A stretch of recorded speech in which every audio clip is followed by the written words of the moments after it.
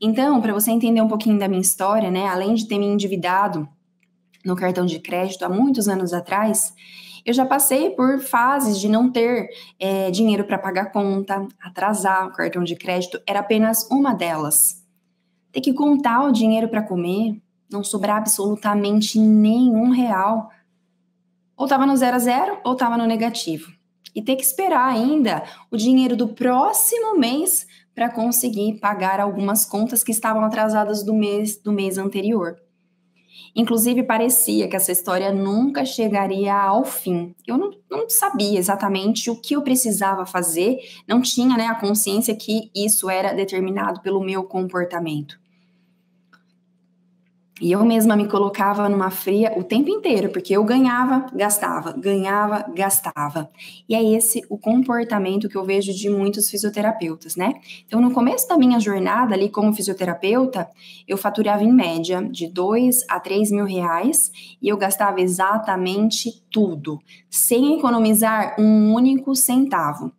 E o pior, eu acreditava que para sair desse aperto financeiro, um dia, por sorte do destino, alguma coisa me aconteceria e eu ganharia dinheiro para conseguir então viver uma vida melhor. Era isso que eu acreditava. Eu contava com a sorte. Aí eu pensava, meu Deus, em algum momento eu vou conseguir, né? Ganhar mais, arrumar um emprego que me faça ganhar mais, e aí eu vou conseguir sair de tudo isso. Mas isso não iria acontecer. Por quê? Se eu ganhasse 2, eu ganhava 2. Se eu ganhasse 3, eu gastava 3. Se eu ganhasse 4, eu gastava 4.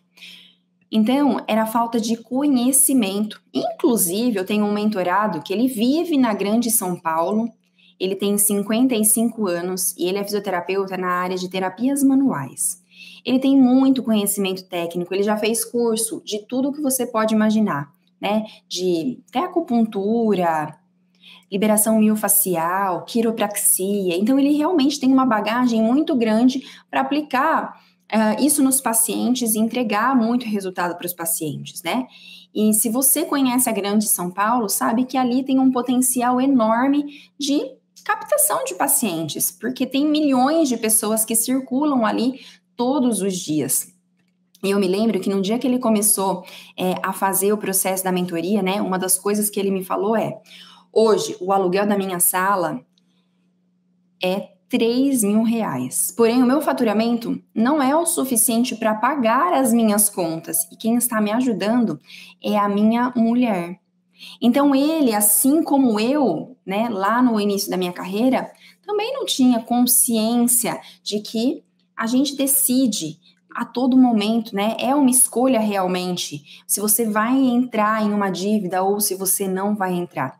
E continuando aquela conversa, eu pude perceber que mesmo morando em uma grande cidade, sendo um profissional experiente, sendo uma pessoa muito mais velha, ele não tinha ideia de como sair dessa. Então a gente montou um plano de ação, né, para que ele começasse a executar e então tomasse as primeiras medidas para se bancar sozinho, né? Bancar os custos fixos, pelo menos, do negócio dele para conseguir sair dessa sem precisar do custeio da esposa dele, né? Até lembrei aqui agora, eu tenho um mentorado também, ele é do interior de Minas Gerais e mora numa cidade que tem 40 mil habitantes. E quando ele começou também no processo de mentoria, ele não tinha nenhum real em caixa. E ele começou a fazer a transição, inclusive, de carreira. Por quê? Ele trabalhava em 2 hospitais, trabalhando 240 horas, isso significa 12 horas de trabalho por dia. E ainda assim, ele arrumava tempo para, principalmente nos dias de folga dele, para encaixar pacientes particulares. Então, veja no caso dele, né, assim como faz realmente a diferença os atendimentos particulares.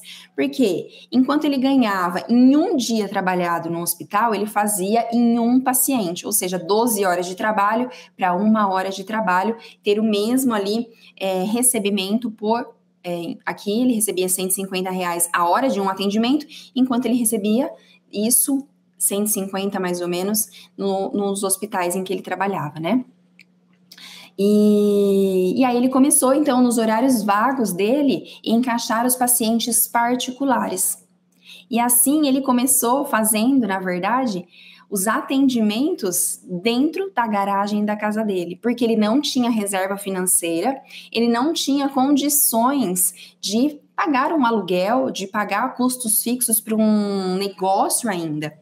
Então ele começou se capitalizando antes mesmo de falar, não, eu preciso de um negócio. Não, eu preciso de um negócio, só que eu preciso construir um caixa antes. E foi assim que ele fez, né?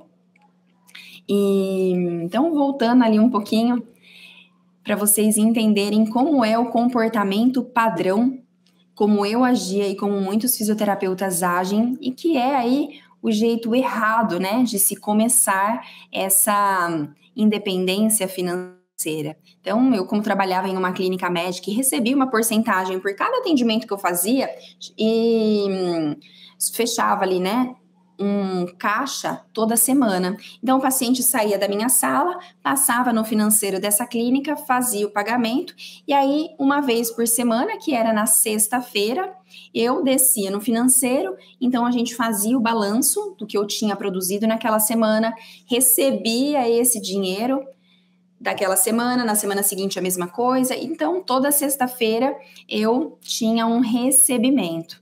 E como você já deve imaginar, né, o meu comportamento padrão naquela época era pegar esse dinheiro, ou eu gastava tudo em curso técnico, acreditando que fazendo dessa maneira eu ia conseguir faturar mais. Isso não é uma verdade, inclusive tem uma aula gravada aqui falando disso, né? Ou eu pegava esse dinheiro e eu gastava exatamente em roupas, sapatos, bijuterias. E, obviamente, eu nunca tinha dinheiro, porque eu já tinha comprometido ele todinho. E nessa época eu pensava que, na verdade, eu não tinha dinheiro porque eu ganhava muito pouco. E por isso é que não me sobrava nada. Então ia lá, fazia curso e ainda assim meu faturamento não aumentava, comprava roupa, sapato, isso também não aumentava o meu faturamento. E na real, não importa se você ganha 1.000 e gasta 1.000, o resultado é zero. Se você ganha 2 e gasta 2, o resultado é zero. Se você ganha 5, 7 e gasta 7, você sempre vai estar no 0 a 0.